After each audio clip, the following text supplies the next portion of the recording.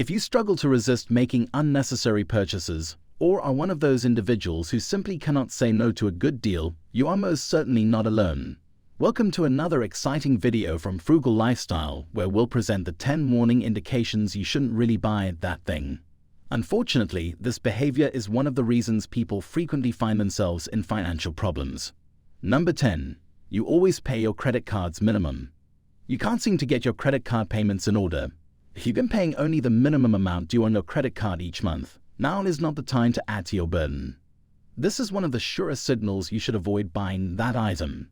Swiping your card may be simple, but it also means that your monthly payments will go up. If you already find it difficult to lessen your credit card debt, making the purchase will be more difficult. You're also digging a deeper hole for yourself, one that may be difficult to escape from. So try to go slow on your credit card use and find more concrete ways to repay your debts before splurging on anything else. Number 9. You don't have an emergency fund. Nobody can anticipate the future. Nobody knows when they'll require an expensive surgery or an expensive hospital stay. Nobody knows when they'll get into an accident or when a loved one will. If you don't start saving for emergencies now, you'll probably find yourself in a terrible situation when one arises. If you go ahead and splurge, you won't have the money to utilize should an emergency arise. You'll also have a problem attempting to borrow money from parents, relatives, and friends. While they may aid you, there is no guarantee they won't demand you to repay the loan. Number 8. You haven't reviewed your budget. It would be good to have a lot of money for your wants, which are things you don't actually need but would very much want to have nevertheless. Most people use working budgets to keep track of their spending. The best option is to have an expense tracker or budget app on your smartphone, so you can check your wants budget and how much wiggle room you have left before making any purchases. New clothes, shoes, jewelry, and other items that are new would fall under this category. Unfortunately, if you don't know how much allowance you have left for once, buying that thing might not be a good idea. Number 7. You are using future money. One of the worst mistakes people make is basing their purchasing decisions on the assumption that they will have access to sufficient funds in the near future. For instance, let's say you expect a $1,000 bonus next week, so you go on a shopping spree. Since you don't have the money yet, you ask your parents or friends for a loan. Since you will likely receive $1,000 in a few days, you might occasionally consider using your credit card. Unfortunately, no one can predict the future. What if your company decided to cancel the bonus because of unforeseen circumstances? Perhaps they made an error in the computation, and instead of $100, someone made an error in adding another zero to the figure, leaving you with only $100 to pay off the $1,000 you owed people for shopping to your heart's content. Here's a tip. If you have future money, wait for it to arrive in your hands before doing anything with it. Number 6. You are stressed or upset about something. Shopping is said to be one of the best methods to manage stress and anxiety since it causes the brain to release dopamine. This chemical makes you feel good, thus rationalizing your behavior of buying that stuff even when you don't need it. It has become a habit that every time you feel bad, you'll head to the local shop and splurge on anything.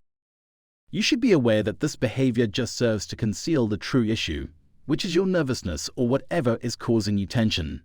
You may feel better after purchasing, but the problem remains. The remedy is to purchase another item. It's important to confront whatever is bothering you head-on, and if it's stress, try exercise, relaxation, and other non-monetary hobbies. Stress, anxiety, and worries should never be used to justify purchasing that item. Number 5. You feel uncomfortable. Most of us tend to overlook a product's disadvantages by focusing on its advantages. For example, we know that comfort is one of the most important factors to consider when purchasing a new pair of shoes, so you try on a nice pair of shoes because it has the style and design you like, but it doesn't feel very comfortable when you try walking a few steps, so you try to justify your decision to buy the shoes by highlighting their style, design, and possibly even their brilliance. Do you believe you'll wear the shoe for at least 6 hours when you reach home? You could still wear them, but only on rare occasions because the discomfort would be excruciating. So if you're going to buy something wearable, think about comfort first. Try to imagine yourself wearing that item for several hours most days of the week for a few years. If you can't, don't buy it. Number 4. You feel pressured. We understand that salesmen are expected to generate as many sales as possible.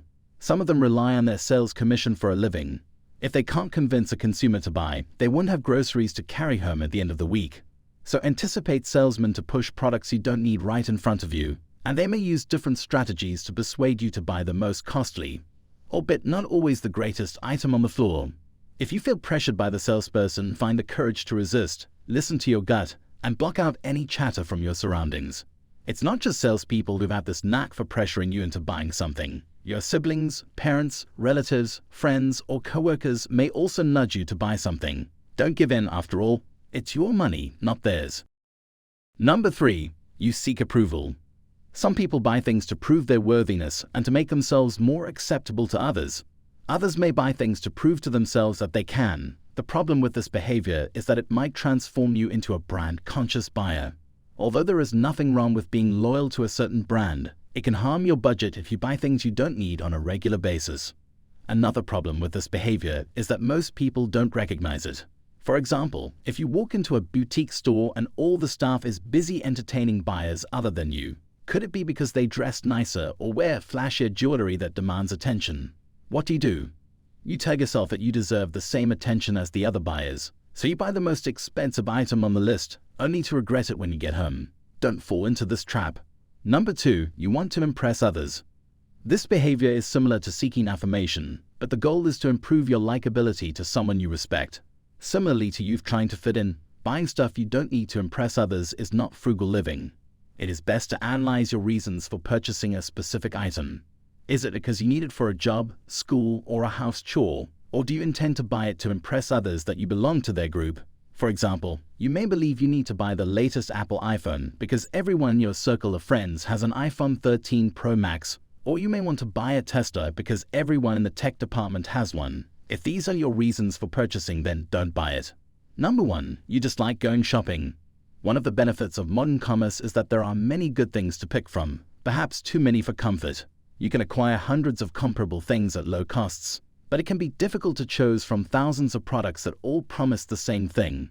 I understand your disappointments because I experienced them myself. Shopping for the greatest product can be frustrating, especially if you don't know what you're looking for, and even if you do, there are likely to be tens of thousands of options to pick from. Unfortunately, if something doesn't catch your attention, you'll fall into the trap of buying the next one you see. The disadvantage here is that the item you bought rarely interests you. It's a spur-of-the-moment decision that you simply have to buy just because you've spent endless hours shopping.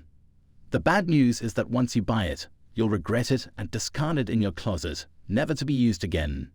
If you want to continue improving your lifestyle financially and look to live a frugal life, then make sure to click the next video in the bottom left-hand corner.